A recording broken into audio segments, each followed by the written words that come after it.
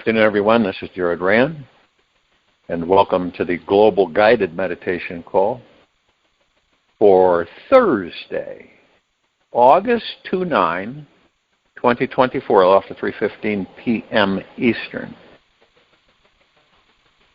Having a reverse aging health call and all the rest Friday, tomorrow night, a little after 9:15 p.m. Eastern. You want to know about your body? That's a good call to come to. Why is it, the question keeps surfacing,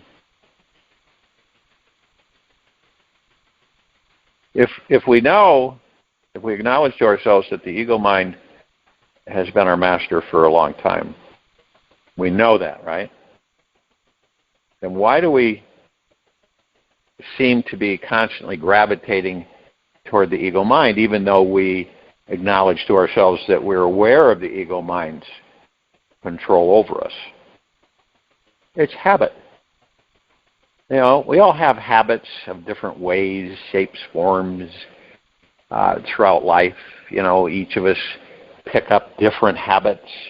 Some are good, obviously, and others aren't too good. But we fall into them, and after a while, it's just part of our daily life. It's what we interact with our habits. You know, somebody might have a habit. They get up, they do a certain thing. They get up in the morning, have coffee, whatever, the beverage, and then, you know, they get ready, and then they're off and running, whatever. Others have habits of scratching in their head in a particular place, or blinking their eyes repeatedly, or, you know, all kinds of habits. See, this is a habit. It's a habit. The ego mind is a habit. It's an illusion. And we identify the fact that it's an illusion. And it isn't our enemy. But we also know that we really don't care to be under its influence anymore.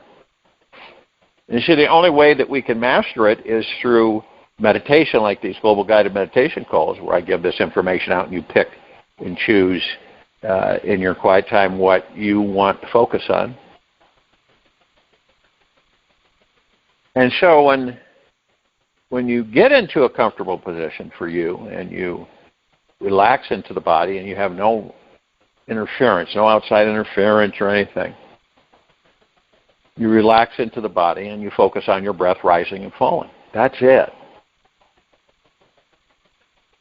And that's when you start moving closer to the God that you are. Now, in that state, you're not thinking. You don't have a mind chatter. It's not there. It's there for the majority of us every day.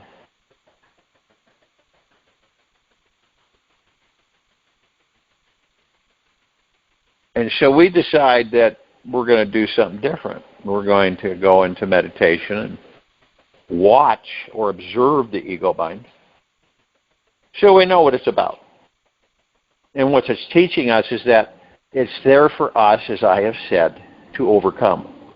That's all it is. We learn.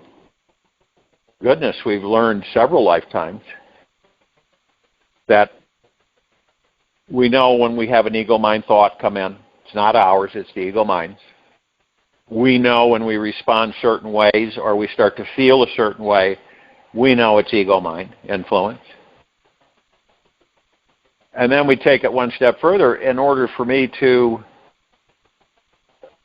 master the ego mind, I must step out of it, leave it alone. And that's when meditation comes in. You leave it alone. And you just watch it. You're not judging or anything. You're just sitting there observing it, seeing how it operates, see its insecurities, you know, what it's about. And it's always about more. Ego mind is always about more because it's searching incessantly so for peace. Now, Arya? And all along, it doesn't understand that the God, the pure consciousness within that body, is truly peace. All of us. You know, the peace, the tranquility, the wild freedom, it's all there within us.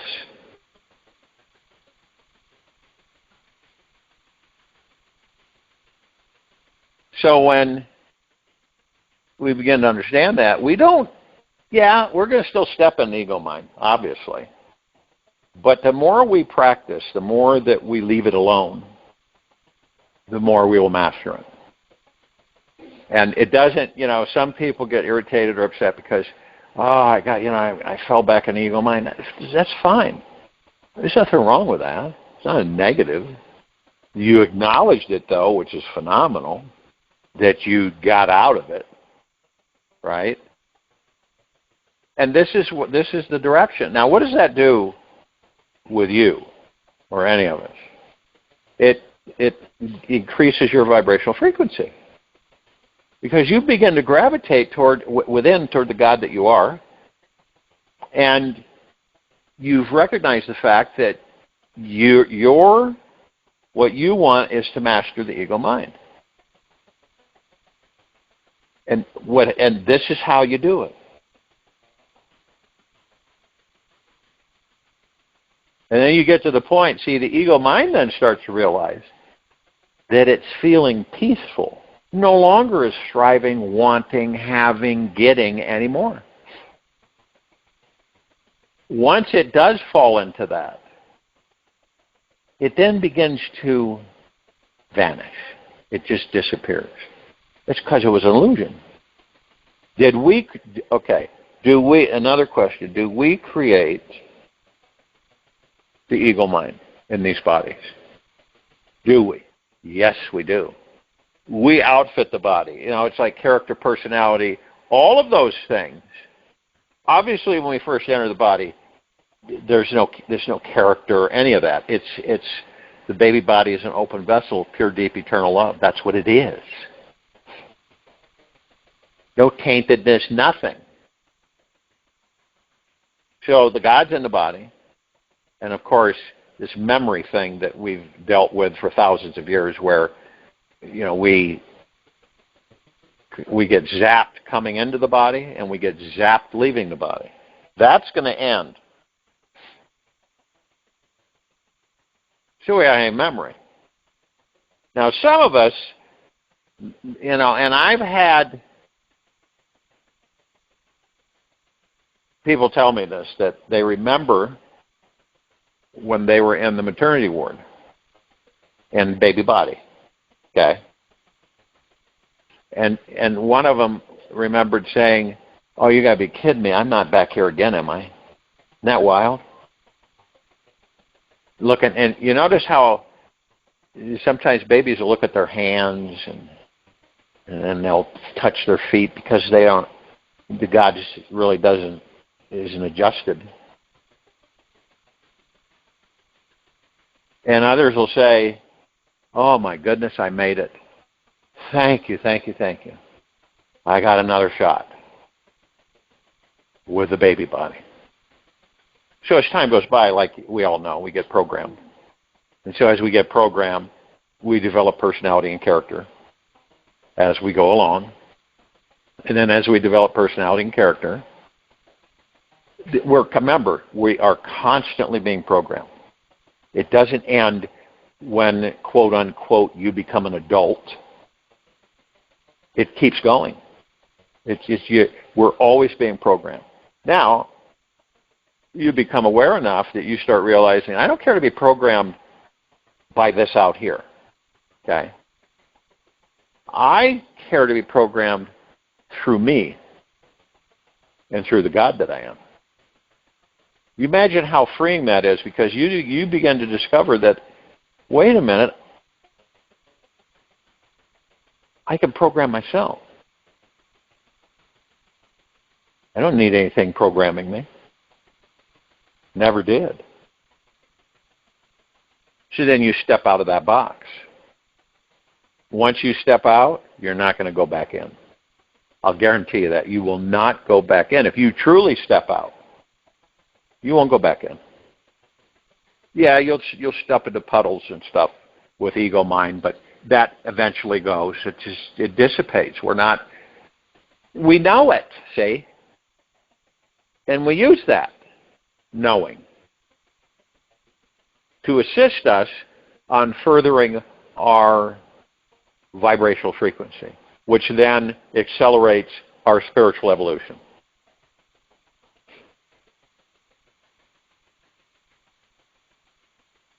And you've heard me say many times that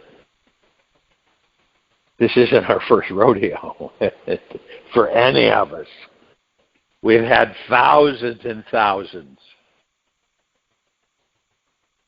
It's kind of cool because some of us will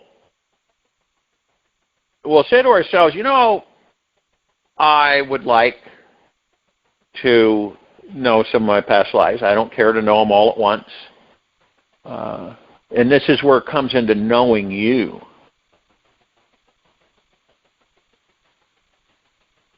One of my recent meditations was titled, How Much Do You Trust You? These are all questions that we choose to ask ourselves. Because this is about really going deep. It's not about superficial. It's not about, you know, I'll do it today and that'll suffice for the rest of my life type thing. And the motivation is that you want to do it. You want to discover who in the heck you are. Because you know certain things. Now, they don't bubble up immediately, but you have that feeling in your heart. You know certain things. It's not like you can put all the puzzle pieces together, but you just know. And then you begin to realize that, well, who am I? That's a good thing because now you're starting to get curious. Because what all of us do, we come into these bodies, right? And then we get programmed and we have a life. You imagine how many of us, with all the power that we are within these bodies, don't utilize any of it because of how we've been programmed. Isn't that something? A being that can create universes doesn't know that it is powerful. And not only that, doesn't believe it is powerful.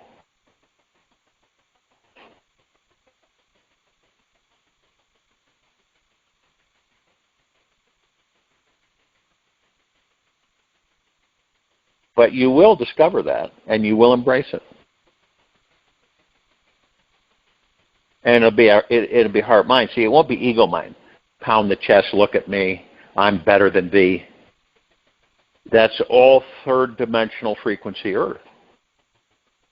And I'm not saying any of that's negative because it is specifically designed by us, for us to experience. That's it. And then one might say, what's the purpose of this? I've had that posed through the years. What's the purpose of experiencing? Why? Is it because it's what we do? Because we create. Now you imagine if none of us experienced anything?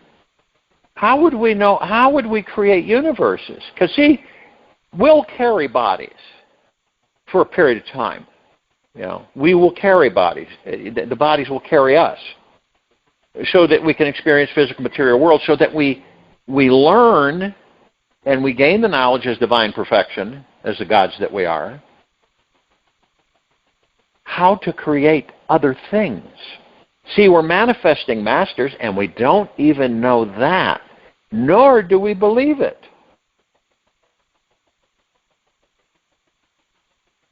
It's like putting in, like I've said, it's like putting in a new hard drive, a new SSD hard drive, put it in. A whole new operating system. And you begin new programming. Spiritual. Deep within. Mastering your thoughts. Mastering your ego mind. And a lot of us don't even know that our thoughts aren't ours. And yeah, it's real tricky through the ego mind because you'll just say, That's my thought. So you attach yourself to the thought, and you give it power, you bring it into reality, and you experience it. None of us are exempt from that. We've all done it more than once. Now, sometimes you may say to yourself, this isn't really me. You ever done that? So many different words. You don't feel it's you, or it seems like, it's like putting on a shirt or a piece of clothing, and you look at it and you go, I like the colors and everything. It just doesn't fit right. You ever done that? Just doesn't fit. Boy, I wish it did fit right because I really like the colors. But it doesn't fit right. And a lot of us will have that experience more than once in life where something just isn't fitting right here for me. I don't know what it is. I don't feel like I fit in, or I don't feel like I'm at the right place in my life, or, all this stuff comes in. What is that, ego mind? Yeah, there's some influence with the ego mind. Also, heart mind and the communication to you, through you, is what? Trying to communicate with you so that you become more open. Because we don't open ourselves. You look at our society from an observation standpoint, and we experience this a lot with ourselves and with others. We don't open our hearts. Why is that? Ego mind's in charge, so the ego mind, you protect the ego mind from being hurt, right? This is what we do. This is why we get so defensive and protective of ourselves in certain situations and relationships and interactions. This is what we do. Now, it's not like we register and say, I'm protecting the ego mind. We just do it. And isn't it interesting, the more that you experience in your emotionality in this life, and you have disappointments, okay, and you have letdowns, and it's through the heart that these things happen. And unfortunately, because the ego mind's there, we create these impenetrable walls around, and they're illusions, around our heart. I'm not going to let anybody get close to me ever again. I don't care to go through this ever again. I've had people tell me that. I said, well, you think that's a good idea? Here's an example. I don't know how many of us have experienced this, but let's say that you're out to dinner with some friends, and you order, let's say, a steak, okay, if you're carnivore, so you order steak. And, the American way, the steak, the baked potatoes, sour cream chives, and the salad, and, pretty general. And everything goes down, you have a good time, you go home, and then later that night, you begin to feel really sick. It feels like your stomach is turning over, right? And you release, you go in the bathroom, and you have all kinds of, and it's like nightmarish. Now, the chances of you having that same dinner again are slim to none, because you don't care to experience that again. And every time you look at a steak, you go, no way, Jose. You see what happens? Not every steak's a bad steak. Okay. So you might go through some bad steaks, right? And you might say to yourself, this is ridiculous. I'm not going to do this anymore. And we withdraw within ourselves. Super protective. And this is why a lot of relationships don't quite get there. because we're so protective and we don't care to have another bad steak.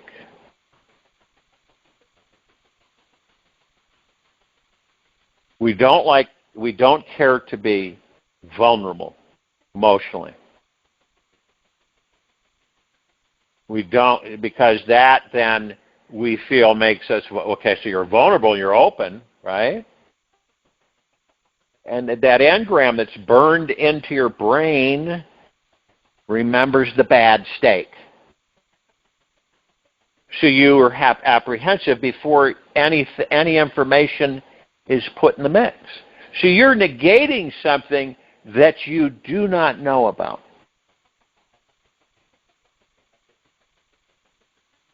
And we've all done that. I mean, it's not, none of us are exempt from it. It's emotionality. We're highly these bodies are highly emotional bodies.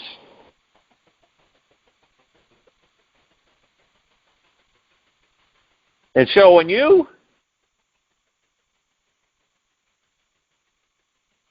what happens when your vibrational frequency keeps going up? For the most part, what do you believe happens? Well, I'll tell you what will happen, pretty much in a nutshell, give or take. As your vibrational frequencies increase, your harmony, your harmonics increase, a lot of things fall away. The bad steak falls away. The walls around your heart fade and disappear. You become an open-hearted being in deep eternal love for oneself and the God that you are within that body, the pure consciousness, and all things.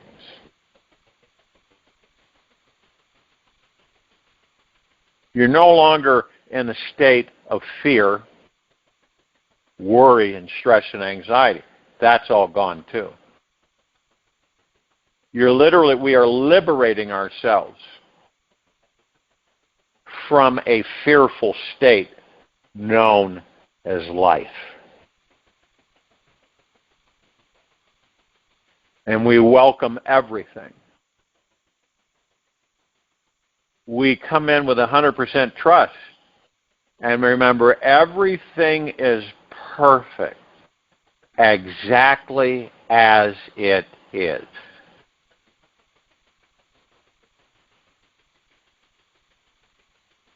We reunite with the universe as our best friend, always there, never makes a mistake, and knows better than we do.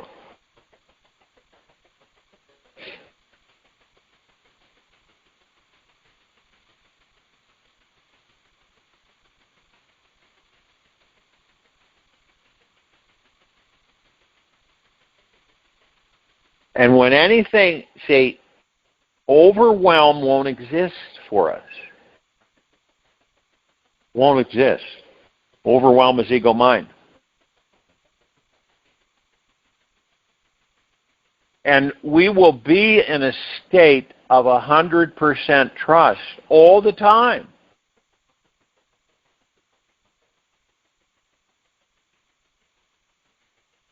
We will not dwell on things of fear.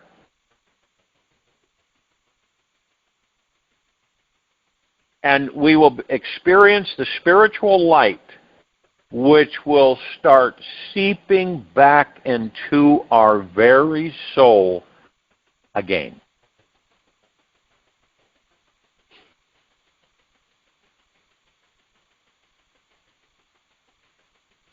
The mind does not liberate us. We are infinite inside and out. I'll join you in the meditation. I'll return to close us out.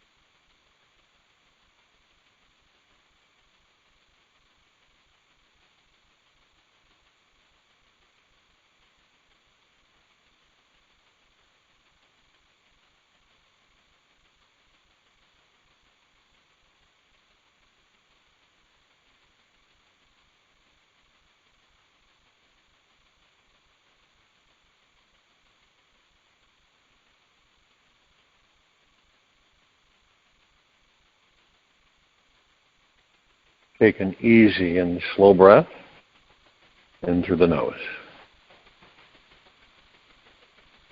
And an easy and slow breath out from the mouth. Remain still, relaxed into the body, focused on the breath rising and falling. Let life touch you. My big invitation for you today is to stop protecting yourself. Be more sensitive to others, to existence, and to yourself. The ego is the only one resistant to feeling certain aspects of life. Make friends with your resistance by allowing all of life to touch you deeply and intimately. Completely open yourself up and feel both the good and the bad aspects of everything in this life. This is your opportunity to feel how you are suffering and feel how you are fully alive. When you allow this moment to touch you deeper, you are increasing your willingness to be real. Letting go of resistance allows you to stop procrastinating, being at peace with everything inside you. Welcoming your deepest sensitivity will open your energy channel fully and show that in every moment of this life, you are already home.